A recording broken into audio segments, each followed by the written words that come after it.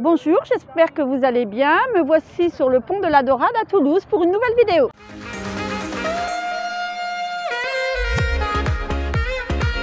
Aujourd'hui, j'ai avec moi Marie-Claire qui va nous parler. Je vais la questionner un petit peu pour lui demander comment que ça se passe, comment on s'occupe de nos aînés en Afrique. Alors Marie-Claire, comment on s'occupe des personnes âgées en Afrique?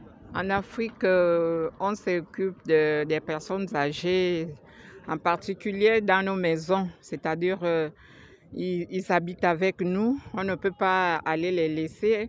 Par contre, il n'y a pas vraiment des maisons de gériatrie en Afrique. Donc, on s'occupe dans nos maisons parce que nous sommes très attachés à nos parents.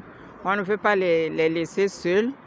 Donc, on peut voir une personne qui vient s'occuper d'eux dans nos maisons, leur faire la toilette, leur faire les soins à domicile. Ok, et par exemple, pour les repas, si vous avez une personne, un de vos proches, votre mère, votre grand-mère, qui a du mal à se nourrir, comment ça se passe? En fait, c'est nous-mêmes qui préparons. Et quand on n'a pas le temps, c'est la femme de ménage qui le fait sous notre surveillance. Parce qu'ils ne font pas souvent bien ce qu'on demande de faire. C'est pour cela que nous-mêmes, on est obligés de s'occuper de nos mamans. Voilà, donc de toute manière, il n'y a pas de raison, en fait, ça ne se fait pas de mettre les personnes dans les maisons de retraite, en fait. Non, on n'en a même pas. Il n'y en a pas. Il y a un peu seulement dans les hôpitaux. Ouais. Et ils ne sont pas nombreux. Sinon, toutes les personnes âgées sont dans leur famille. Bien sûr, bien sûr. Et on s'occupe d'eux. C'est ce que j'ai fait avec ma maman.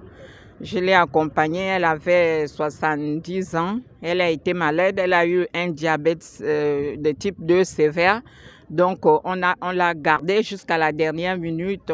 Moi-même, je faisais la toilette. Après, j'ai recruté une personne qui est venue m'aider, la soulever parce qu'elle a été, je ne sais pas comment on dit, on l'a amputé un pied. Donc, elle avait une prothèse. Oui, elle avait un diabète de type 2 sévère. Donc, elle a été amputée du pied gauche. Et qu'est-ce que vous pensez des personnes qu'on met en maison de retraite ici en France? Est-ce que vous avez déjà été visiter des personnes en maison de retraite? Non, je n'ai pas été, mais il y a une de mes copines qui travaillait, qui me dit que c'est pas vraiment ça. C'est pas vraiment ça. Il y a des personnes qui ont de l'humanité, il y a d'autres qui sont méchantes et il y a souvent des palabres entre les personnes âgées et les soignants. Aussi, il manque de personnel aussi, c'est pour ça. Oui, il manque aussi de personnel.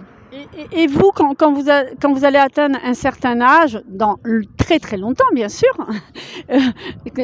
vous préférez forcément rester à domicile. Oui. Si un jour vous auriez besoin de soins, en fait, d'aide, vous préférez aller en maison de retraite, je parle en France, hein, ou à domicile et faire appel à des auxiliaires de vie? À domicile. Vous connaissez le métier d'auxiliaire de vie? Oui, oui. C'est quoi? Ce sont des personnes du corps, enfin, para-santé, ouais, qui s'occupent des personnes âgées à domicile. Tout à fait. Leur faisant... je pense, les toilettes et puis les repas, le ménage. Tout à fait. Tout à fait.